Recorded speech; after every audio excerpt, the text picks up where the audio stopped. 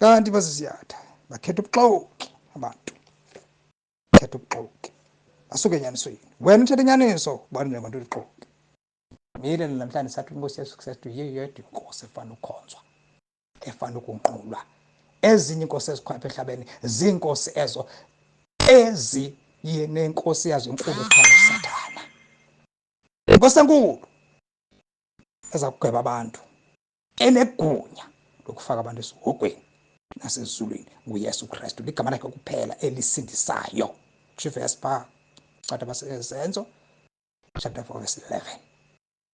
Thika njalo kho gama limbe sinikwe phansi kwazulu esiya kusindiswa ngalo ligama lenkosi Yesu Kristu kuphela angakhona ushamba akakhona lehanyana akakhona umasango akakhona bonke amanye amagama kodwa lika Yesu Kristu kuphela eliza kuma ngamnandi ngoku ndiyaphinda kuxotyekeke ukuthi hayi thina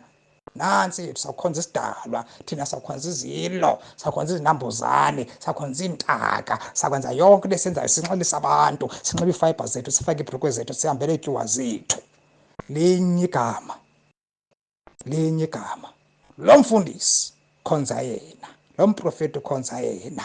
angeke aza kufaka ezulwini igama lika Yesu Kristu lodwa esisindiswa ngalo alikho elinye esanikwa lona lelabantu ngabantu lana magama abantu la amagama funa uKristu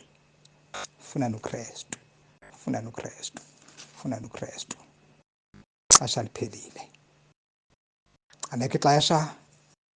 lokuba ngoku sifuna imagics aneke xesha lokuba sifuna izinto eziphathekayo imoto nezindlu aneke xesha lokuba sifuna iziprofeto ixesha ngokuba kufuna umuntu ajonge ubomi bakhe ukuthi uzawuphelela phi ixesha lokuba afuna uYesu Kristu ithi awuthi wandifuna ngenhliziyo yakhe yonke wandifumana awuthi amfuna ngenhliziyo yakhe yonke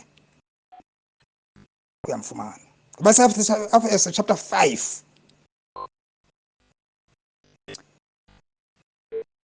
5 verse 10 chapter 5 verse 10 Efese zamani ukukuqonda ukuthanda kwenkosi ngoba nditshela ndathi yiyo eza kufaka ezulwini neza kufaka esihogweni kodwa uba wena awuzamanga ukuqonda ukuthanda kwakhe ngoko selapha emhlabeni funeka yazi ukuthi icala lakho linye kwaSathane ngoba uphila ubomi ngoku bobuqoko bukaSathane phila ngendlela efuna kaSathane zamani ukukuqonda ukuthanda kwenkosi Paulos ebhala ibandla laseEfese ndithetha ke nabantu ngoku mna abakwenzayo abantu cawa abashema bafumana imfundiso yobuxoki yokuthi kukhonzela umuntu abe kanti uyangcwatywa kodwa makazilungisele bade washumayela abantu bazilungiselele ngoku afuna inkonzo kwaze bamfundise abenokwazi bamngcwabe thetha abantu bambe inkonzo mna besifuna beshunyisa ubuxoki besithi hayi bukhonzile wena uzawufumana imoto ubukhonikele uzawufumana indlu ubunikele kanga imali ethi uzawufumana iblessings zakho uzabakanga thetha nabantu abanjalo ukuthi mabazame ukuqonda ukuthanda kukaThixo ngoba ezulwini uzawungena ngoku umuntu ukwenza ukuthanda kaThixo uzawungena ngokuthi wena unikele ufumana indlu unikele nge-10,000 uzawufumana indlu ecost 4 million unikela wabe sofumana imoto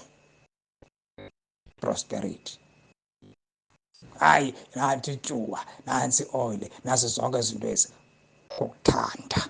zama ukuqonda ukuthanda kwenkosi ithi ningazibandakanye nezinto zobumnyama eziphuthileyo ezenziwa ngabantu bobomo kufuneka aphile ngumuntu ophethe iBhayibhile ecaweni enze lento leni efuna nguThixo angenzi into efunwa ngabantu angaphili ngendlela abantu abaphila ngayo aphile ngendlela efuna nguThixo esezwini lakhe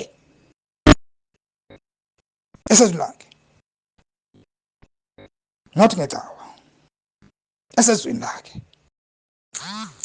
phila ngendlela efuna nguThixo zama nokuqonda ukuthanda kaThixo ningazibandakanye nezinto zobumnyama eziphuthileyo ezenziwa ngabantu fumaneke etywaleni fumaneke ethaveni fumaneke ebankazaneni ezikoneni bethi imilozi utshaya icuba awuxoleli nemisindo abantu abavani ngenxa yakho kufika kwakho nje kubakho ichaos umuntu kuba uyaziwa ukuthi unangilaa mntu unenkani ungafuni uva xa kuxelele ufuna ukuhlelela kuvuka wena wedwa awumameli onye umuntu wena ugood wedwa le phezulu zongena kulo usafana nabantu basemnyameni usaphila ngendlela yabumnyama usesebumnyameni ukhanya kudibana nobumnyama inakudibana nokutembele kaThixo nentempele yezithixo yakudibana inkosi noBhiliali akekho azadibaniswa nobumnyama wonke umuntu ongenza intando kaThixo ubenza izinto zobumnyama wonke umuntu owenza izinto zobumnyama ikhaya lakho lokugqibela umphefumulo wakho ohlukana nenyama sisihogo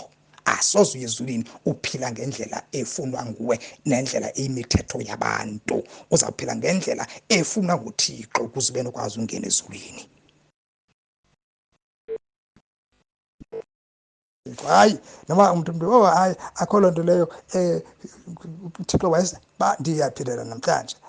uThixo wadala umuntu emhlabeni wambeka emhlabeni ogqiba mnika iBhayibheli ethi nansi indlela efuna niphile ngayo buya iphikisa yeyakho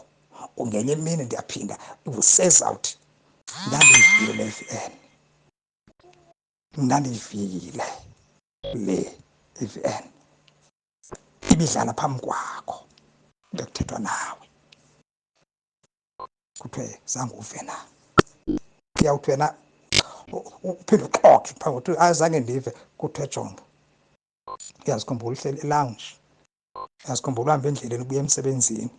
uyazikhumbula uhleli emthunzini phange lunch time umamele la VN uyazikhumbula uhleli emotweni yakho umamele beza uyivile nansi ulapha nje ayikho lakakhange chibe kuwe wena ignore uthethe Thixo ngeke ndeve ngawe soze ndive ngomalibongo abe umalibongo athi Thixo umalibongo befunda into eseBhayibhelini wayekufundele ezo verses wathi guquka hlukana nesono ngoba isono siza kusesiwogweni hlukana nomjolo hlukana necuba hlukana notywala hlukana nokufaka ibhala imizimba yakho hlukana nokuthandana namadoda abatshatileyo hlukana nokuthandana nabafazi abatshatileyo sukutyola tshata kuzotshiwo hayi kuzotshiwo kuthiwa kwakutheni zange kuthiwa ibhrukhwe ayifuni ifiber ayifuni lokho i-makeup azifunwa zange uyive hayi azange ndive lidlale le-screen nansi bukele uzibukele wena uhleli phansi ubukele wena ufunda ujongele lo uyijongile ekhantini ubukele usenze lo wenza endlini yakho kuthiwe nansi wawuyivile uhambe ibheke esihogweni ngoba wena azange umamele uThixo ethetha nawe ekulumkise sithi isiwoko sikhona nezulu likhona lumka ngoba indlela zimbini kukho ekufeni kukho ebomini wakunika ichoice yena uThixo azange akutsale ngenhloko engasoze futhi akutsale ngentamo akunyanzela athi ngena ngapha thumela abantu Thixo nale Bhayibheli yabhalwa ngumuntu shokoni ke bantu nina bathi ayabhalwa ngumuntu vele yabhalwa ngumuntu le iBhayibheli yabhalwa ngumuntu Thixo zangabhala iBhayibheli ngomlomo wakhe wathumela abantu njengoba kudala wanengqondo wakwazi uthetha wena ngomlomo wakho wakwazi ukubhala igama lakho wafundisa isikole ukuthi ibhala wanza njalo Thixo yinto kaThixo ithi makubhalwe uThixo wenza ukuthi abantu mababhale ukwazi ubhala nje namhlanje kungaba yafika kwafakwa nguThixo lento ukuthi abantu mababhale nale Bhayibheli yabhalwa uThixo wathetha nomuntu wathi bhala yaza nabelungu naba yazi Indians naba yazi namakhaladi naba yazi neChinese yabhalwa nguThixo naba yasuka eAmerica yasuka eArgentina yasuka eBrazil yasuka eCongo yabhalwa nguThixo bekufanele ukuthi ibhalwe aphi ibhalwe khona noma ibhalwe phansi kwamanzi bekufanele ukuthi ibhaliwe yazi abantu bayifumane bonke abantu bayifumane kodwa kwakufuneka isuke apho isuke khona engazovele kuvele ukuthi sa iBhayibheli isuke phezulu ezulwini uThixo bayithanda bamayenze loo nto leyo wayezawuyenza kodwa uThixo uyenzela ukuthi kule mizi yonke nditshilo akakho umzi ongenayo iBhayibhile yonke wayenza uThixo ukuthi kube khona kumzi wonke ingangabikho ngoku ngoba ke sekunje kodwa ngoko wonke umzi bawuneBhayibheli ngoba uthi kufuna kwazeke inyaniso abantu baguquke. Uzawuthi kuwe ndandini ndangathanga ndinqule nani fune uzabuza